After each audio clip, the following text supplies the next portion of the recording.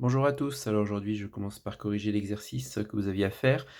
Donc dans une classe de 24 élèves, 8 élèves font des échecs, 10 font du foot et 9 ne font aucune des 2 activités. Quelle est la probabilité de faire les 2 activités? Alors une première méthode consistait à faire un diagramme de veine. On sait qu'il y a en tout 24 élèves, mais du coup pour le moment on ne peut pas l'écrire.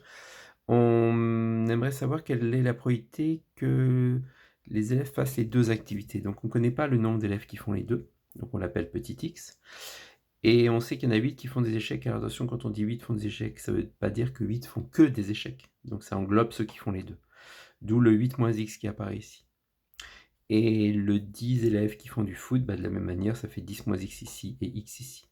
On sait que 9 élèves font aucune des 2 activités. Et on sait que la somme de tout ça fait 24, donc une petite équation à résoudre. On obtient alors que x vaut 3. Donc quelle est la probabilité de faire les 2 activités? Eh bien 3 24e, donc 1/8.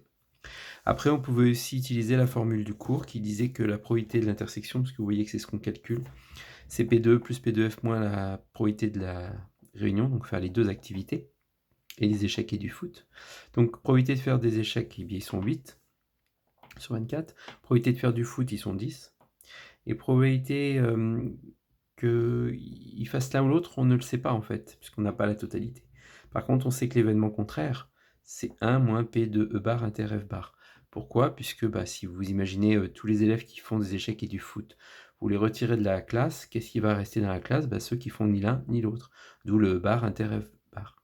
Donc événement contraire 1 moins, donc on remplace par 1 moins 9 24e. On simplifie tout ça, on met au même dénominateur, bref, on obtient la même réponse. Voilà.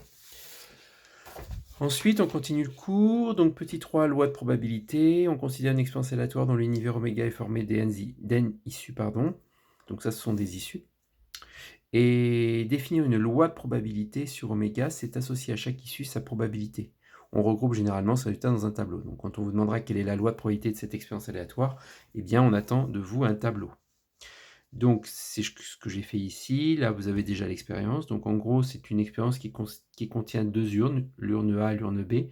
Et dans l'urne A et l'urne B, en fait, on va choisir une boule, soit rouge, soit bleue pour la A, soit bleue, soit verte pour la B. Mais comment détermine-t-on le choix de l'urne? Il suffit de prendre une pièce et tirer à pile ou face. Donc, si on a pile, on va dans l'urne de gauche. Si on a face, on va dans l'urne de droite. Donc, c'est une expérience aléatoire qui a des issues. Alors pour ça, en fait, on va écrire l'arbre de probabilité en partant de l'univers. Donc soit on a pile, soit on a face, une chance sur 2. Si je vais sur pile, je prends ce qui est ici. Quelle est la probabilité de tirer une boule rouge? Dans ce cas-là, j'ai 3 chances sur 5. Probabilité de tirer une boule bleue, 2 sur 5. Si je vais prendre je retourne la face, donc si je tire au sort et que je tombe sur face, j'ai une chance sur 2 d'obtenir une bleue, une chance sur 2 d'obtenir une verte. Donc la probabilité de tirer une boule rouge, on voit bien que le R n'apparaît qu'à un seul endroit. Donc une chance sur 2 multipliée par 3 chances sur 5, ce qui fait 3 chances sur 10. Probabilité de tirer une boule bleue, et bien là on s'aperçoit que c'est à 2 endroits. Donc une chance sur 2 fois 2 chances sur 5, plus une chance sur 2 fois une chance sur 2. Ce qui fait un total de 9 vingtièmes. Et probabilité de tirer une boule verte, eh bien une chance sur 2 fois une chance sur 2. Donc j'obtiens une chance sur 4 à la fin. Et bien quand on vous demande quelle est la loi de probabilité de cette expérience aléatoire, eh bien il faut faire ce tableau-là avec toutes les issues possibles. Donc on a soit rouge, soit bleu, soit vert. Et les probabilités correspondantes, donc 3 sixièmes, 9 vingtièmes et 1 quart. Sachant que la somme des probabilités est toujours égale à 1, ça peut se vérifier. 3 dixièmes plus 9 vingtièmes plus 1 quart. Si je mets tout au même dénominateur, ça fait 6 vingtièmes plus 9 vingtièmes plus 5 vingtièmes. 9 et 6, 15 et 5, 20 vingtièmes. On obtient bien que la somme est égale à 1. Voilà ce qui termine la partie du cours pour aujourd'hui.